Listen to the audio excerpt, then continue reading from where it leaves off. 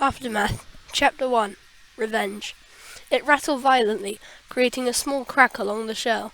The others did so too. A finger managed to wriggle out of the crack, extending it a lot, until eventually the kaiju escaped from the egg, its eyes glowing in the sun's blinding light. It looked to its left, and saw its mother's body lay motionlessly in the arena. Looking into the distance, they could just about make out a ship flying off the planet. On the side it read, NASA Express 2.0. His eyes narrowed. From this moment on, he swore revenge on Peter, Patricus, and Ronan. Karakabua would be avenged, and Ronan, Peter, and Patricus would perish in the palm of its hand. Ronan sliced directly for the head, following the line in his mind. The mannequin's head flew to the ground. "And that is how it's done, my students," he announced proudly. The 13-year-olds gazed at him in awe.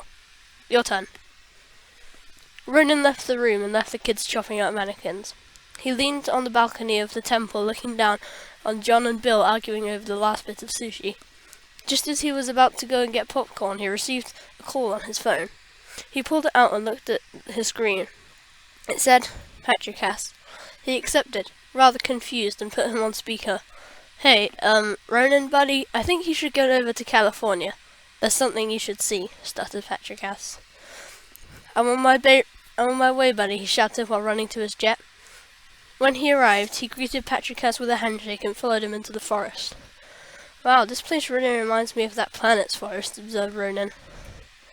"Well, what I'm about to show you will make you feel even more like that," he said, confusing Ronan even more. Suddenly, Patricus gestured for silence and beckoned Ronan over to behind a boulder. "Just look over the rock," whispered Patricus. Ronan did so and poked his head over the barrier. He saw a horrific sight. It was a scaly beast with 4 eyes, all bigger than a house. Its limb hung over Ronan, casting a shadow that blocked the sun completely from view, and he had a tree in his mouth, munching away at all its leaves. Ronan crouched back down. "What the heck?" he whispered. "Is that some sort of Karakabua miniature version?" "Well, it's either that, or Kara-laid eggs," he said dramatically. They exchanged a glance. Ronan was not prepared to kill himself in a giant mech suit again. He had a flashback of the events of the past. He shuddered. Ronan looked up once more. This was really happening. He was facing another kaiju.